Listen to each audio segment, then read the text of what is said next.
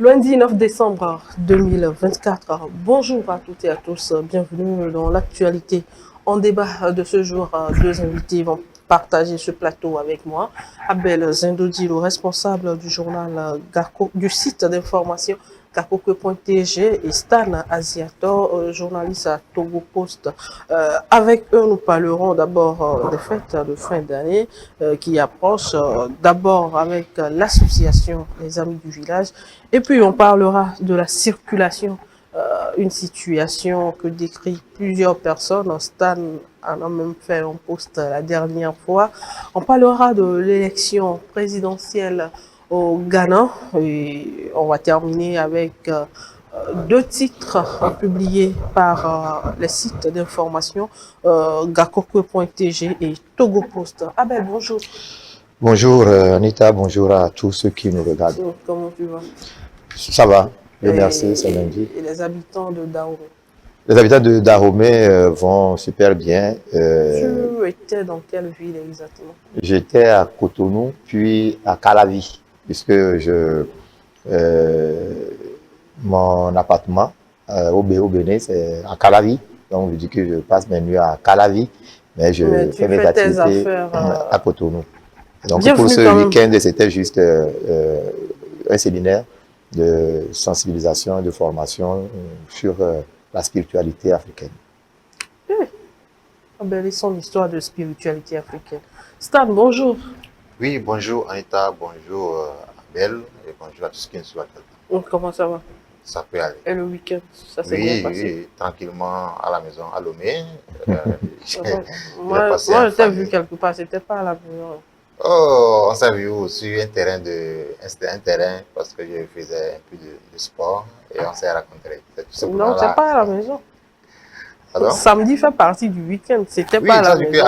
Après le sport, hein, c'était une journée passée tranquillement à la maison en famille.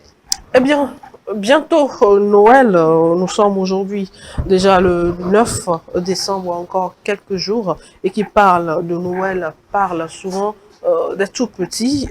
Il y a une association qui vient en aide aux enfants nécessiteux. C'est l'association Les Amis du Village. Le responsable de cette association est avec nous. Abel, Noël, c'est dans 2 semaines, je crois. Noël du village, qu'est-ce que vous réservez à nos enfants? Bon, comme chaque année depuis 2010, nous serons encore une fois avec les enfants. Puisque c'est leur fête, comme on le dit. Bon, comme l'histoire nous l'impose, nous l'a imposé, on doit quand même rassembler les enfants autour quand même d'une fête, autour de plusieurs activités naturellement.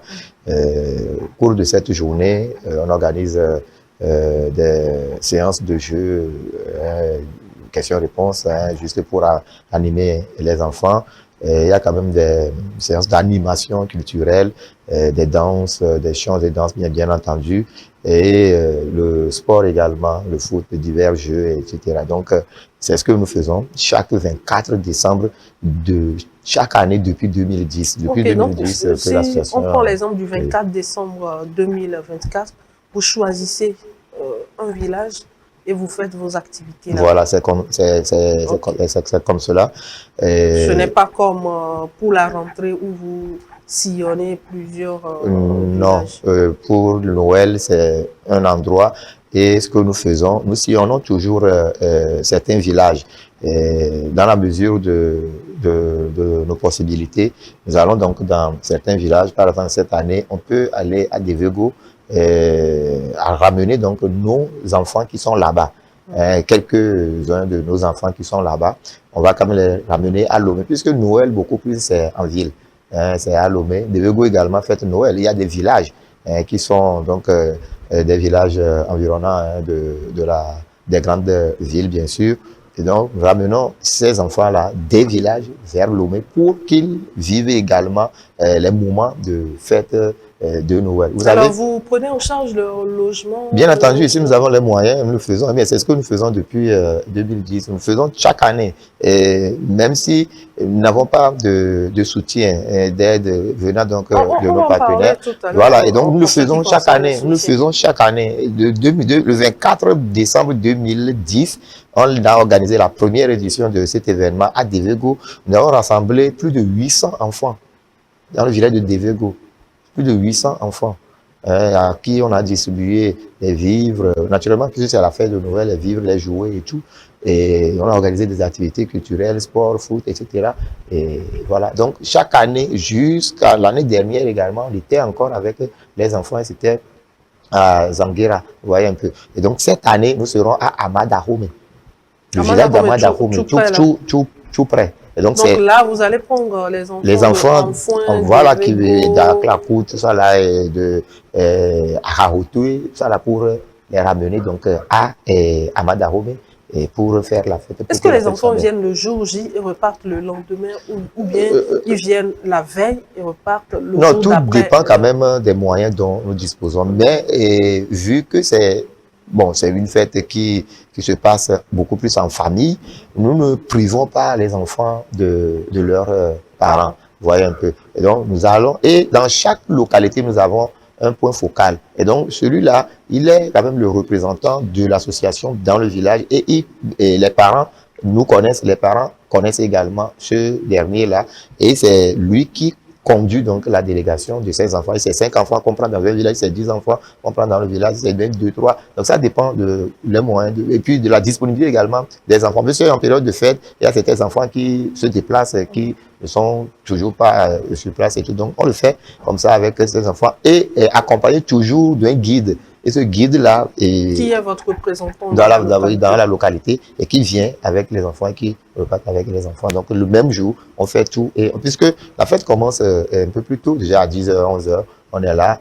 Les enfants qui vont même quitter, si même ils vont quitter Anéro pour venir, c'est 1 heure de route. Mais maintenant, la route, elle est bonne maintenant. Et donc, Anéro, Lomé, Aklapou, Anéro, Lomé, 1h30, ils sont déjà à Lomé.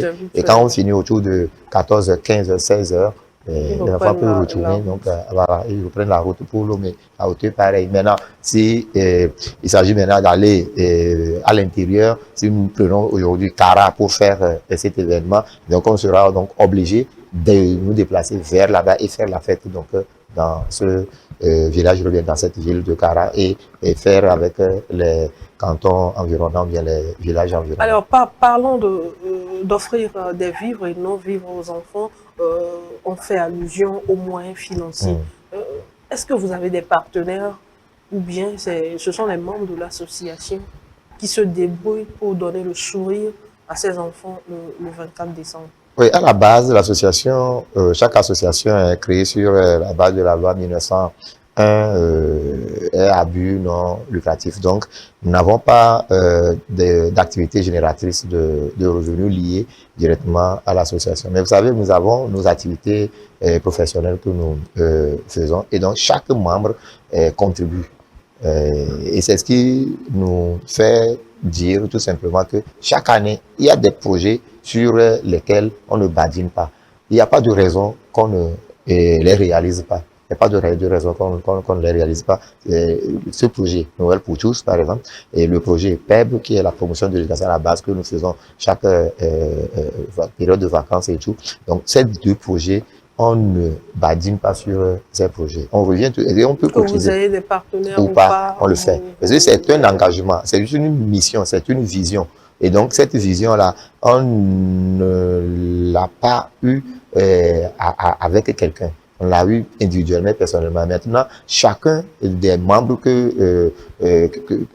qui constitue aujourd'hui donc le groupe des dirigeants de l'association a eu donc sa vision personnelle. Et donc, aujourd'hui, on s'est retrouvés dans la même vision. et qu'on veut aider l'humanité. On veut contribuer au développement de nos communautés, on veut contribuer au développement de notre pays, on veut contribuer au développement de notre Afrique. Vous voyez un peu. Et donc, c'est à travers les enfants. Si un enfant est mal éduqué aujourd'hui, si un enfant est mal entretenu aujourd'hui, je crois que demain sera vraiment compliqué à vivre. Donc, c'est pour cela que nous appelons tous les jours. Nous n'avons pas de partenaires fixes. Les partenaires fixes que nous avons, ce sont également des partenaires associatifs.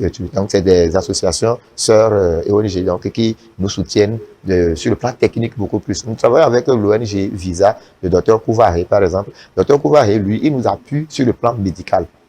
Si nous avons des soucis avec nos enfants, si nous irons donc, nous allons donc dans un village organiser une campagne de sensibilisation sur les maladies non transmissibles, par exemple, sur les maladies pandémiques et tout ça là. Donc c'est l'ONG Visa qui nous appuie. Et on se déplace avec l'équipe médicale de l'ONG Visa vers ces enfants-là dans les villages et tout. Il y a des enfants qui sont pris en charge. Ça dépend de la pathologie développée par donc ces enfants-là, vous voyez un peu. Et donc, ça, par exemple, c'est un partenaire que nous avons et qui, peut-être le 24 décembre prochain, sera avec nous, mais sera avec nous beaucoup plus sur le plan médical où ils vont quand même administrer sur les enfants qui sont venus voilà, développent quand même les maladies et tout, certaines maladies, on va quand même les soutenir. Maintenant, nous avons ADT France, Association pour le développement du Togo, qui est également partenaire, mais qui a donc sa base en France. Bon, c'est une association d'un Togolais également, Eric Machab, vous voyez un peu. Donc, chaque année, il appuie donc ces genres de projets en envoyant donc des gadgets, des jouets que est-ce qu'une personne X, par exemple, peut se lever et vous envoyer peut-être 2 cartons de jus? C'est ce que nous attendons. Et c'est ce qui se passe également, c'est ce qui se fait habituellement. Et vous, en tant que responsable de E47, par exemple, ou bien E47 peut se donner le plaisir donc d'accompagner cet événement en offrant par exemple un sac de riz. Un sac de riz, un sac de spaghettis, puisque on distribue donc ces cartons de spaghettis, de macaroni, de jus, de riz, de l'huile, et tout ça là aux enfants, du sucre, tout ce qui peut amener donc un enfant à s'épanouir puisque l'objectif au départ c'était quoi? Nous avions quand même fait des enquêtes. Chaque année, aujourd'hui nous parlons Noël, mais dans chaque maison il n'y aura pas Noël. Il n'y aura pas Noël parce que le parent n'a pas les moyens de s'acheter donc un sac de riz. Même un bol. Le parent n'est pas là. Il y a des gens qui vivent habituellement, voilà, le parent n'est pas là, la maman n'est pas là, ou bien c'est des situations compliquées et l'enfant qui vit avec sa grand-mère, sa tante, sa marâtre quelque part. Donc, pendant que l'autre enfant, l'enfant du voisin, a un jouet, une belle voiture en jouet, une belle moto en jouet, et qu'il roule devant cet enfant. Lui est là, dans un coin, en train de regarder l'autre. Alors qu'ils sont tous des enfants. Prépare du riz pour l'apporter un peu. Alors qu'ils sont tous des enfants. On parle de la fête des enfants. On parle de la joie des enfants. Maintenant, comment est-ce possible qu'un enfant n'ait même pas le minimum, même pas 200 francs pour s'acheter même à Imol ou chez le jour de Noël pour être quand même... Donc c'est ce qui nous a amené à élaborer donc ce programme-là, ce projet, et que nous exécutons chaque année. Donc nous attendons tous les dons. Nous avons des gens, nous avons des amis, des frères de quartier, tout le monde en aide. Les femmes du marché, de tous les marchés, les employés de bureau, les salariés, tout le monde peut contribuer. Parce que nous sommes quand même portés volontiers. Bon, il faut rappeler à ceux-là qui nous suivent également que ce n'est pas seulement les dons au côté financier, mais vous pouvez apporter les objets ou bien les nourritures dont auront besoin ces enfants. Le jour là, quand on parle de nourriture, les sacs de riz, les cartons de spaghettis, les cartons de petits pois, les cartons de tomates, huile, tout ce que vous trouvez, vous apportez. Vous pouvez également acheter les jouets. Aujourd'hui, on a des jouets à 500 francs, 1000 francs, 1200. Vous en achetez un lot que vous venez verser à l'association et ils vont distribuer ça. Si vous pensez qu'ils vont détourner les fonds, venez avec ce que vous avez acheté et donnez-leur ça le 24 décembre prochain à Amadakome. Ils vont distribuer ça à ces enfants. Ils ont également besoin de fêter Noël également. Stan, dites-moi, qu'est-ce que vous pensez de ce projet des Amis du Village? Noël pour tous. Oui, moi je vais commencer par un message que une phrase que Abel vient de dire tout à l'heure, que chaque année il y a Noël, mais il n'y a pas Noël, il n'y a pas forcément Noël dans chaque maison. Ça c'est la réalité que nous vivons. Je pense que c'est là où j'apprécie les actions de l'association Village. Les Amis du Village. C'est Noël pour tous. Hein? Noël pour tous. C'est le projet, c'est Noël pour tous. De l'association Les Amis du Village. Les Amis du Village. Et donc je pense que dans nos quartiers, on voit au même moment où des enfants sont en joie, parce qu'on dit que c'est la fête des enfants, puisque c'est issu de la nativité de Jésus. Et donc on l'associe aux enfants, on l'attribue en tout cas aux enfants. Et dans nos quartiers, on voit que pendant que d'autres enfants sont en joie, ça sent bon, parce qu'il y a le dos de la nourriture qui est là, tout le monde est en joie, ils ont des sodas qui sont de siroter. Au moment à côté, il y a des enfants qui n'ont même pas le minimum à manger durant cette journée.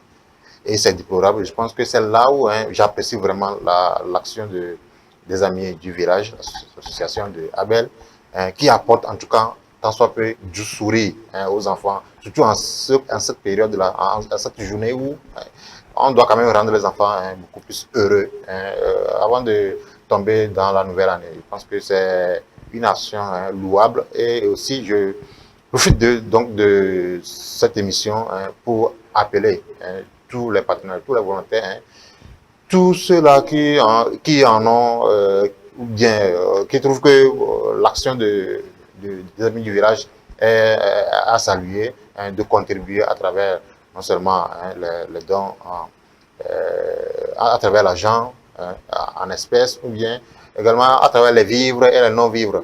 Tout ça peut contribuer, peut favoriser et aider l'association à travailler beaucoup plus donner de joie à un grand nombre d'enfants durant cette journée de 24 décembre. 24 décembre. Je pense que bon, ils vont fêter avant les autres. Quoi. Oui, ça, histoire de donner, de permettre à ces enfants-là de vivre vraiment le 25 décembre comme tous les enfants du monde entier. Je pense que c'est une action louable, et j'ai invité aussi tout le monde à mettre la main à la poche pour aider l'association Les Amis du Village. Alors, Abel, rapidement, un appel à lancer à ces bonnes volontés qui nous suivent.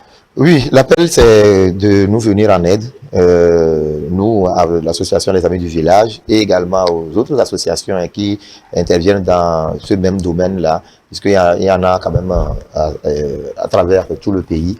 Mais nous serons donc cette année à Amadakome, c'est à Lomé certes, mais c'est un village. C'est à quel niveau de Amadakome? Amadakome, nous serons dans la zone du chef du village. On sera dans la zone du chef du village, s'il vous plaît, pas trop loin de l'hôtel Eli Palace. Voilà, donc derrière, le côté en face de l'hôtel Eli Palace, sous une antenne là, antenne Mouvou Tobosel, je ne sais pas trop bien, il y a une antenne. Donc nous avons quand même une maison là derrière l'antenne, et donc nous serons là-bas. C'est une grande maison qu'on va quand même aménager. C'est dans le quartier comme ça, et donc les enfants vont venir, on va mobiliser les enfants du quartier et venir également avec nos enfants orphelins donc des villages. Il y aura quand même la présence des associations comme Enfin le Sourire, l'ONG Enfin le Sourire, qui a donc un orphelinat, donc les orphelins qui sont là-bas, nous travaillons avec ces orphelins-là, donc ces orphelins vont venir là-bas avec un peu de chance, nous irons à Haute voir si nous pouvons quand même déplacer quelques enfants également avec qui nous travaillons Et pour ça, vous avez besoin de carburant. Naturellement, et surtout les enfants de la ferme, la Tchankopé, qui ne fêtent pas Noël, puisque là-bas, ils ne fêtent pas Noël, il n'y a pas Noël là-bas. Alors qu'on parle de Noël pour tous pour les enfants, mais eux, c'est Yakayeke, bon, c'est là. Voilà, okay. Donc Noël, ce n'est pas. C'est fini. Donc 25 décembre, 24 décembre, Noël, Nouvel An, ce n'est pas leur problème. Donc maintenant, nous allons les faire sortir de là, le faire découvrir donc Noël à Lomé. Et comme ça, ils vont venir vivre la fête avec les autres enfants, puisque il y a quand même une certaine, tout n'est pas, l'égalité dont on parle n'est pas une réalité. Ce n'est pas une réalité. Et donc, pour que ça devienne une réalité, c'est à nous de travailler. Est-ce que ça peut devenir réalité? Ce n'est pas possible non plus. Puisque déjà à 18h à Tchankopé, déjà à 18h à Tchankopé, déjà à 18h à Tchankopé, c'est la grande nuit. C'est-à-dire que c'est fini, tout est noir et puis c'est bon. On ne peut pas l'avoir, mais il faut donner quand même la chance à tout le monde de vivre un certain nombre d'événements. Alors, parlons de fêtes de fin d'année. La dernière fois, sur ce plateau, nous avons parlé de la circulation. Et je crois que Stan a vécu une situation déplorable. Il n'a pas du tout aimé et il a posté. Qu'est-ce qui s'est passé en circulation, Stan? Bon, il ne s'est heureusement pas passé un truc assez grave, sauf que c'est une situation de manière générale qui est à déplorer. Nous savons tous que ces périodes-là, surtout ce mois de décembre, on l'appelle une période de fêtes. Habituellement, on l'appelle période de fêtes. Donc, c'est un moment où tout a tendance à vraiment bouger. Dans la situation, il y a beaucoup... Entre-temps, je ne sais pas si vous l'aurez entendu une fois, moi je ne l'ai jamais entendu. La dernière fois sur ce plateau, il y a des confrères qui disaient qu'il y a les morts qui sortent aussi en période de fin d'année. C'est pourquoi la circulation est intense. Bon, ça, ce n'est pas un truc vérifié. Ce sont des comptes vérifiés. Ouais. Bon, mais il faut quand même dire que nous vivons dans une... sur la terre où nous vivons, en tout cas, nous vivons dans une communauté, dans la société, il y a des gens parmi nous qui ne sont vraiment pas des gens ordinaires. Pardon. Ça, il faut le dire. Parce qu'il y a des événements qui arrivent qui nous font dire qu'il y a des... Mais de toutes les façons, ils ne sont pas en circulation avec nous. Tous ceux qui sont dans la société avec nous ne sont pas forcément des humains comme des gens ordinaires. Ce que vous allez chercher par là, et vous savez qu'ils ne sont pas ordinaires. Alors, on continue avec la circulation. Et donc, dans la circulation, que ce soit sur les routes d'Agoé, Adidogomé, Segbe, où la route est beaucoup plus récente, etc., on voit que des gens conduisent assez mal. Tout le monde a tendance à aller très vite. On ne sait où, mais les gens ont tendance à aller très vite. Parce qu'on chasse un gain qu'on n'a pas pu avoir durant toute l'année. Et donc, c'est à cette période-là qu'on veut l'avoir. Et donc, tout le monde a tendance à bouger beaucoup. Dans la situation, les gens ne font pas attention aux règles de bonne conduite, etc. On conduit comme on veut, on conduit mal. Et heureusement que, bon, jusqu'alors, depuis la semaine passée et jusqu'alors, je n'ai pas vécu une scène bien, je n'ai pas, qu'on appelle... je n'ai pas été témoin d'une scène d'accident, etc. Mais ce matin, je lisais sur un site qu'il y a eu, il y a quelqu'un qui a perdu la vie hier à Segbe, sur la voie de Adidogomé-Segbe. La route là, je l'ai encore empruntée ce matin.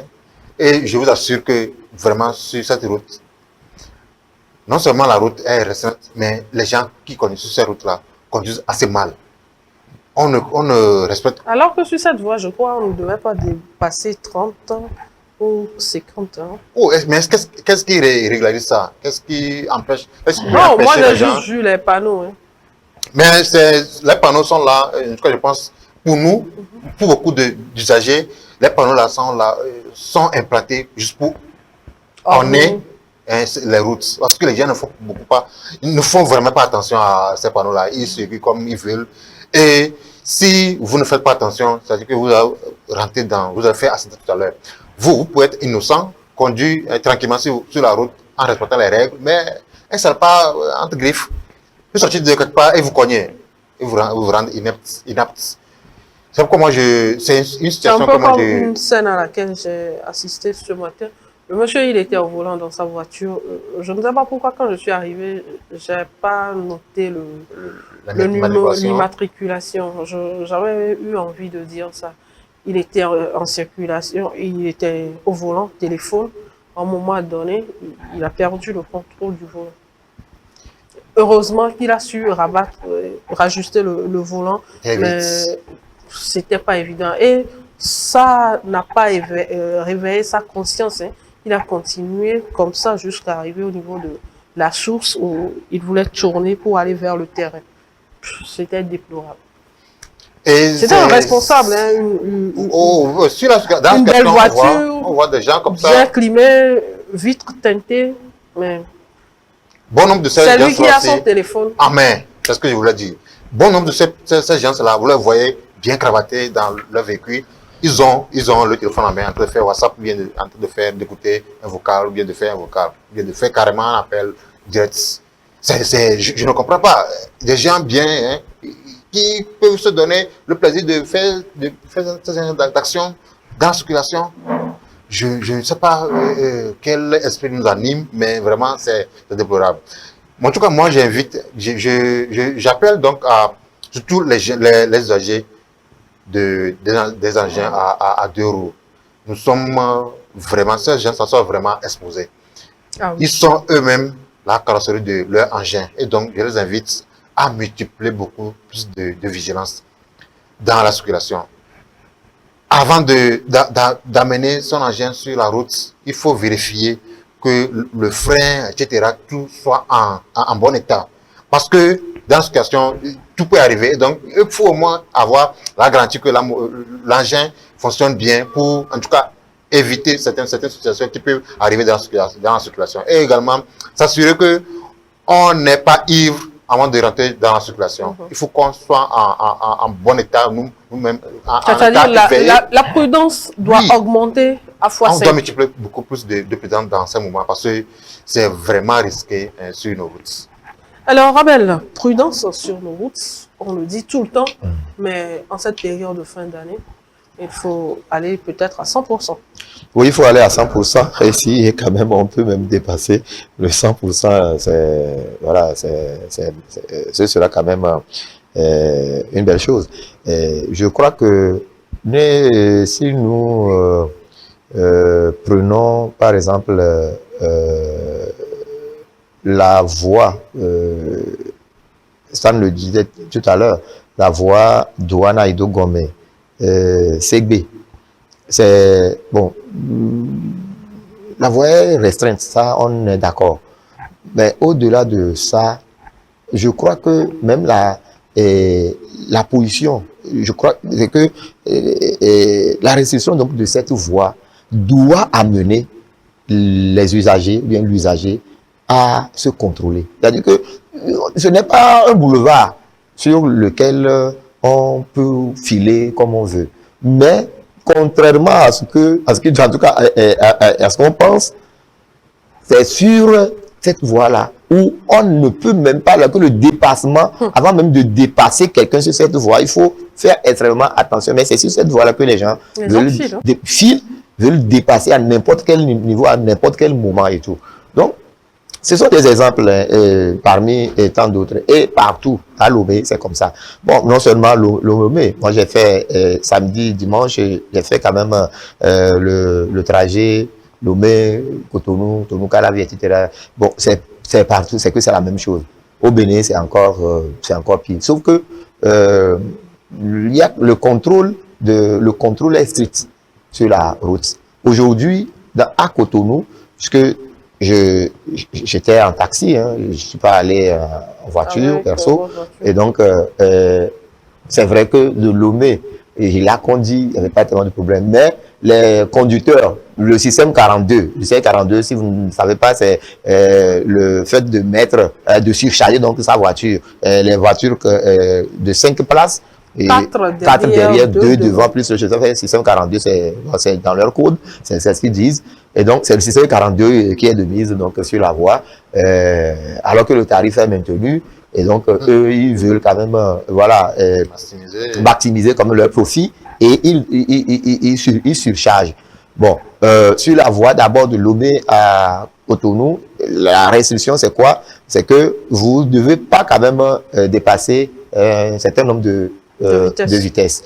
Et les caméras de surveillance sont sur la voie avec présence des policiers gendarmes donc sur la voie. Et ça qui fait que au moins sur la ligne là, il y a quand même une certaine règle qui est en train de être respectée, mais ce n'est pas totalement la lettre. Mais dans la ville même, vous n'avez pas votre ceinture. Ici, aujourd'hui, ce sont les deux devant qui sont obligés à porter, à mettre donc leur ceinture de sécurité. Mais la dernière fois à Cotonou, c'était obligé que ceux qui sont également derrière mettent leur ceinture. Vous êtes 3 derrière, vous mettez tous les 3 doivent. Voilà. Donc, je crois qu'ils ont redoublé de vigilance, voilà, le système de sécurité a pris quand même un certain niveau, donc à ce niveau. Donc je crois que c'est ce que nous devons également copier. Bon, c'est un bon exemple. C'est vrai que le Bénin a copié beaucoup d'exemples chez nous. Le port du casque, par exemple, qui n'était pas aussi pointu, mais aujourd'hui c'est obligatoire. Alors que le Togo a commencé ça depuis. Le Togo a initié, ou bien a commencé donc par appliquer les lois sur la plaque d'immatriculation sur les véhicules, sur les engins, surtout sur les motos. Mais vous savez que de l'autre côté, ce n'était pas exigeant en tout cas. Mais c'est surtout avec les motos. Hein. Surtout avec les motos, mais maintenant, c'est devenu comme une exigence. Donc je crois que derrière tout ça, c'est à nous-mêmes, c'est que comme on le dit, même si tu es donc au volant de ta voiture, tu es exposé. Mais les plus exposés sont ceux qui sont à moto. Hier, par exemple, j'ai vécu une scène sur la ligne à Sigame, à Dido Gomé, par exemple, au niveau donc de l'hôpital, du CHU Sylvanus Olympio. Moi, j'étais à Zem, c'est que j'étais à moto. Et le Zémita qui m'a pris, il était donc sur sa position, bien entendu. Mais il y a une voiture qui voulait donc à vive allure, qui voulait passer à tout prix, puisque la circulation était dense en quelques... voilà, mais lui voulait passer, il voulait forcer comme le passage. Bon, c'était quand même un bonhomme bien cravaté qui allait tout seul dans la voiture. On ne savait pas où il va. Hier, c'était dimanche, bien entendu. Mais il forçait le passage. On a dit, naturellement, et moi, j'ai poussé la curiosité, le motard, puisque nous sommes toujours dans la circulation, il a dépassé, il a même brûlé le feu, c'était quand même... Bon, monsieur, je vous dis, je n'ai pas le numéro de la plaque, mais vous savez que c'est une voiture Toyota Drogba, comme on le dit, série BJ, vous voyez un peu. Et donc, et qui voulait vivre à lui, il a brûlé d'abord les feux de... non, pas, oui, les feux de... Non, pas les feux de... Oui, surtout les feux de protestants. Les feux de protestants en allant vers les feux qui sont donc au niveau du carrefour de protestants. Il a brûlé ces feux-là, puisque une fille l'attendait au niveau de Topman. Arrivé là-bas, il a vu le monsieur serré. Et c'est une copine, une dame qui montait à bord. C'est à cause de la dame, de la copine, que tu veux tuer les gens sur la route. Donc voilà un peu, et ce ne sont pas que les moments de fête, mais dans notre vie quotidienne, il y a des choses qui nous amènent à causer vraiment du tort à la société. Donc je crois que nous devons quand même redoubler de vigilance, d'efforts et de prudence. Si tu me permets que j'ajoute quelque chose. Vous avez tout dit. Moi, je pense qu'il faut également interpeller l'État, sinon les autorités, pour que sur nos routes, il y ait l'éclairage public qui soit vraiment effectif. Parce que je vais prendre seulement l'exemple de la route de Joan Adido Gomé à Zanguera, Joan Adido Gomé à Segbe, par exemple. Ce sont de nouvelles routes. Et on voit que sur ces routes, il y a effectivement des lampadaires qui sont installés, et des feux qui sont installés, mais qui ne sont pas allumés.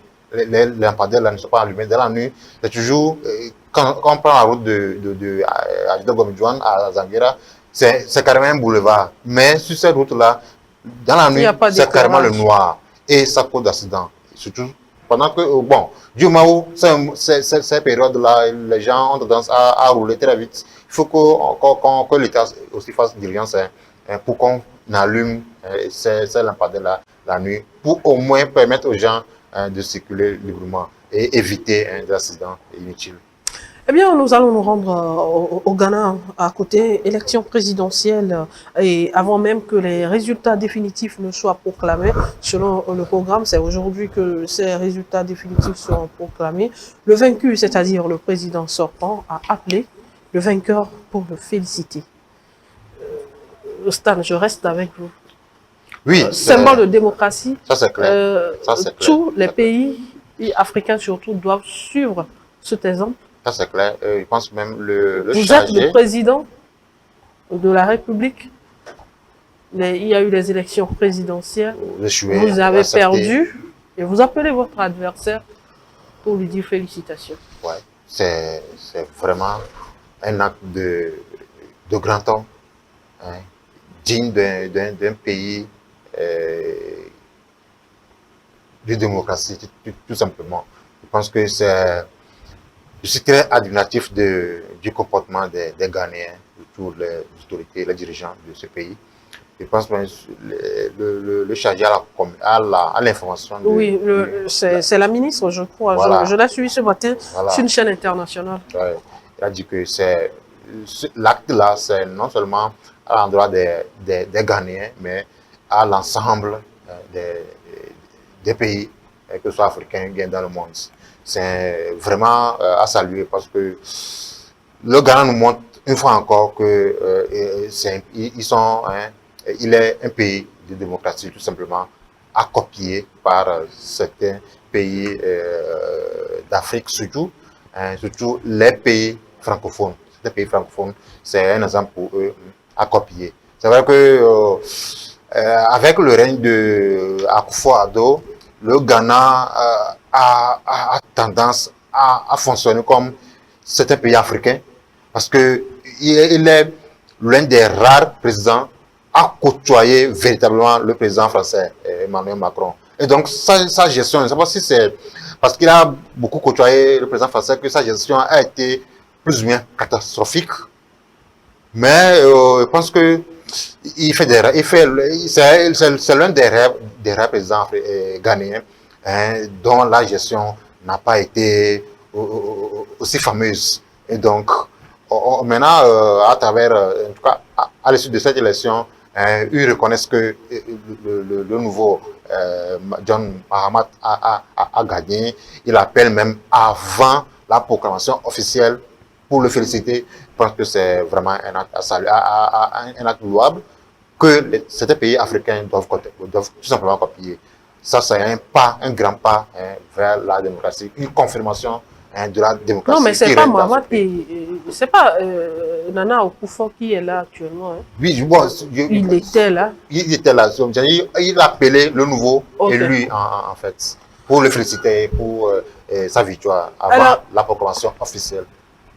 Alors, Abel, le président sortant appelle le président élu pour le féliciter, avant même que les résultats définitifs ne soient proclamés. Bon, je crois que c'est dans l'ordre normal des choses. Ce sont des élections. Est-ce qu'on peut assister à ça, peut-être au Togo, où aujourd'hui il n'y a plus d'élections présidentielles, mais à la suite des législatives, le parti qui arrive en deuxième position, par exemple, appelle le président du parti qui arrive en première position pour lui dire « Félicitations, frère ».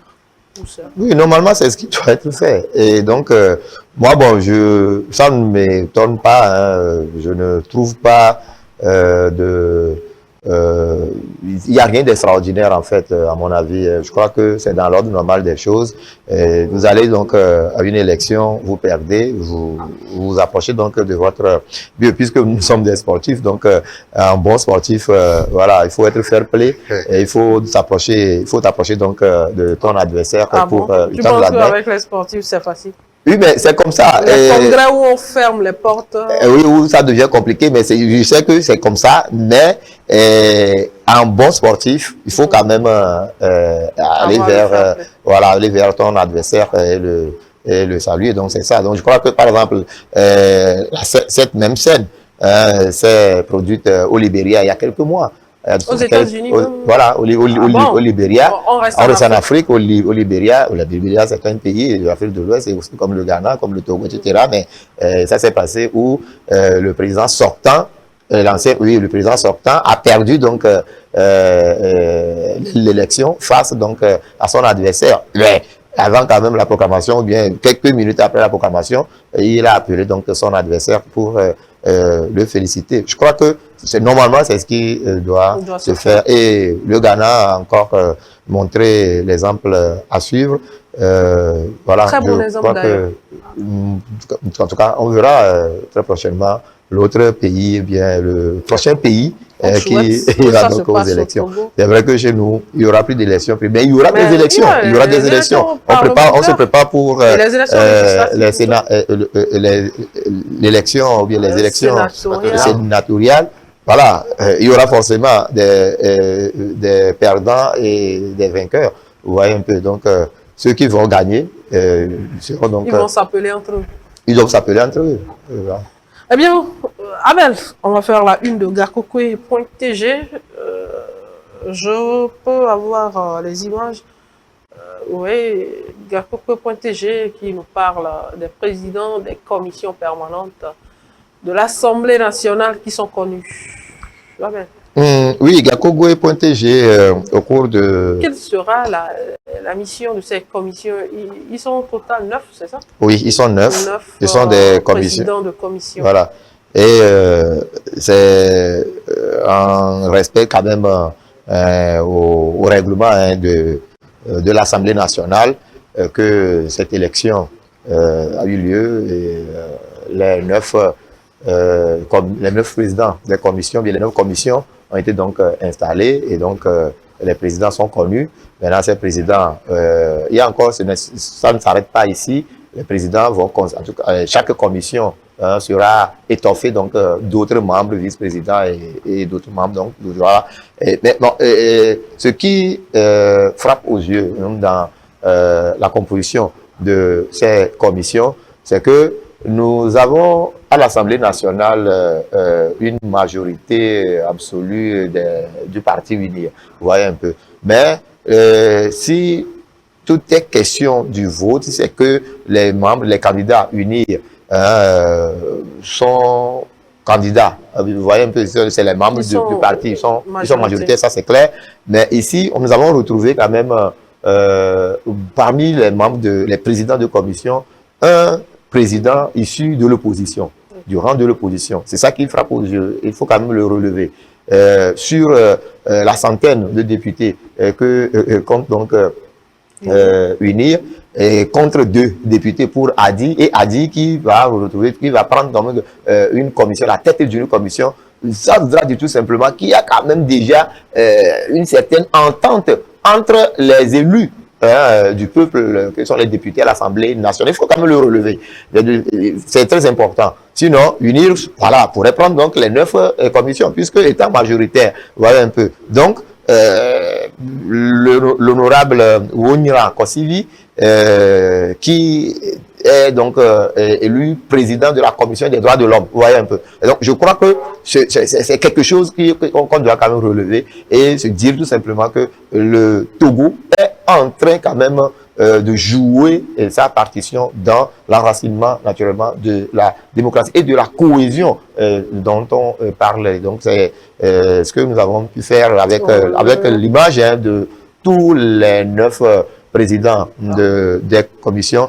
Ceux qui veulent bien peuvent donc aller sur le toit de Gakokwe.tg. Alors, c'est l'occasion de leur rappeler ça parce que souvent, il y a de ces personnes qui envoient un message pour dire qu'ils veulent lire tel article dont vous avez parlé aujourd'hui. Allez sur le site www.gakokwe.tg et puis vous activez la cloche de notification.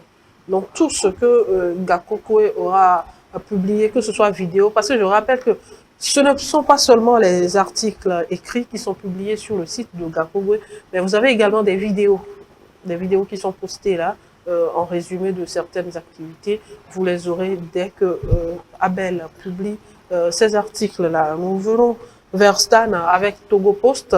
Togo Post qui parle de santé, le ministre en charge de la santé, Jean-Marie Tessi, qui touche du doigt les réalités au CMS de Korbongu, c'est ça? Et l'USP Katindi. C'est chez les Abel, ça? Non. C'est dans la savane, non? Oui, Abel est de là? Notre Abel. Il y a deux. Ah, ok. Abel, le réalisateur. C'est chez eux, ça. Ok. Oui, tout à fait. C'est dans la savane, dans la région des savanes. Le ministre de l'accès universel aux soins et de la couverture sanitaire, monsieur Jean-Marie Kofi Wanoule Tessi, s'est rendu donc dans ces localités, dans le centre de santé de ces deux localités pour constater de visu les réalités en matière d'application du système WIZU qui est destiné aux femmes enceintes, et pour voir comment ce système-là est appliqué dans ces deux centres de santé, et également, en tout cas, pour voir comment c'est appliqué, comment les femmes enceintes arrivent à bénéficier ou non de ce système-là. Et donc, il est allé constater l'application du système, il a circulé dans les deux centres. Et à l'issue de la visite, il a été, selon ses dires, satisfait de comment le système est appliqué. Parce qu'il a eu à écouter certains bénéficiaires, certaines femmes qui ont été suivies du début jusqu'à la fin, c'est-à-dire genre du début de la grossesse jusqu'à l'accouchement. Comment ils ont été accueillis, servis par les personnels soignants, etc. Comment le système leur a profité durant les 9 mois de grossesse jusqu'à l'accouchement. Le ministre a écouté ces témoignages-là.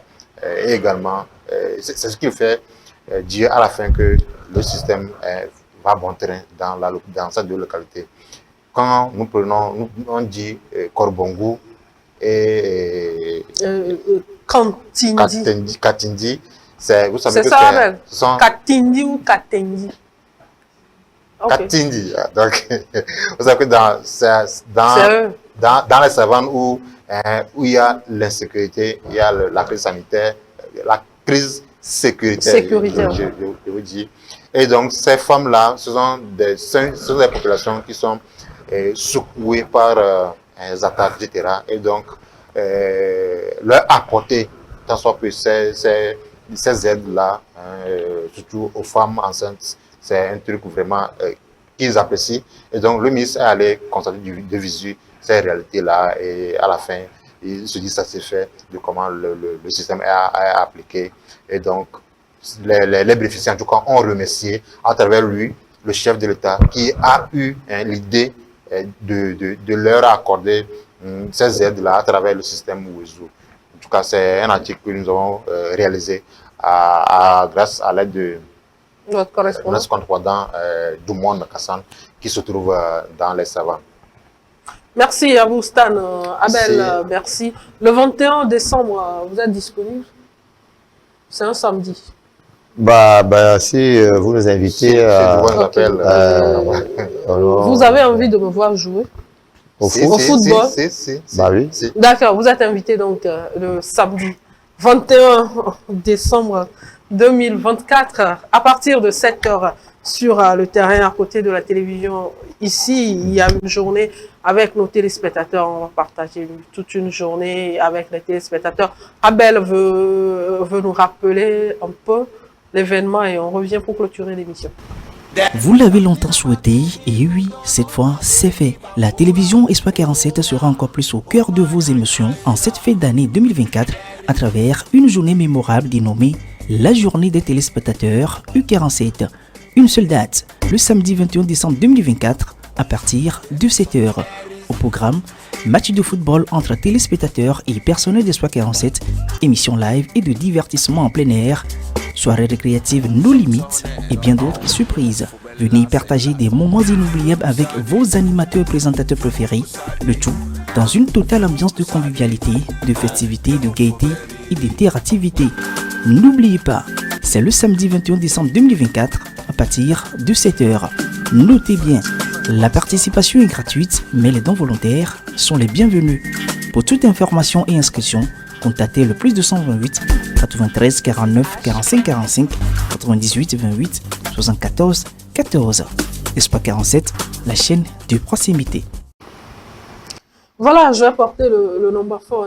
Abel, tous deux, vous êtes des sportifs, donc si vous arrivez à rencontrer le nombre fort togolais, dites-lui que j'ai besoin de son maillot le 21 décembre. Le 21 décembre, d'accord. Et sa magie. La magie qu'il Oui, porte non, dès que je porte le maillot, c'est que les téléspectateurs sont foutus. Alors, Abel, en tout cas, merci. Moi, je pense que c'est une bonne chose de célébrer les spectateurs qui vous ont écouté, suivi durant toute une année. C'est quoi de plus normal de accorder une journée. Nous avons organisé dans l'année deux soirées. Ils ont répondu présent à cette soirée-là. Donc, c'est l'occasion pour nous de leur dire merci de nous avoir suivis, de prendre leur crédit. Parce qu'on achète de crédit à personne, ils prennent leur crédit pour nous appeler. Dans les émissions interactives, ils envoient des messages, font des remarques et autres. Là, c'est une occasion pour nous de leur dire merci. Oui. Non, je mais passez mon message quand même au Nombafo. Et voilà, bon, je crois qu'il est en train de nous regarder, donc il va réagir. Je dois porter le Nombafo. Peut-être si lui-même, il peut venir. S'il fait partie, il fait partie des téléspectateurs. Est-ce que ça va me suffire? C'est ça le problème. L'essentiel de porter, de jouer. D'accord. Merci à vous, Stan. Abel, merci. Merci donc le rendez-vous. D'avoir partagé ce plateau avec vous, Abel. Bonne chance avec votre projet. Stan, rendez-vous lundi prochain. Je suppose, chers téléspectateurs, merci à vous de nous avoir suivis. On se donne rendez-vous jeudi à partir de 9h. Au revoir.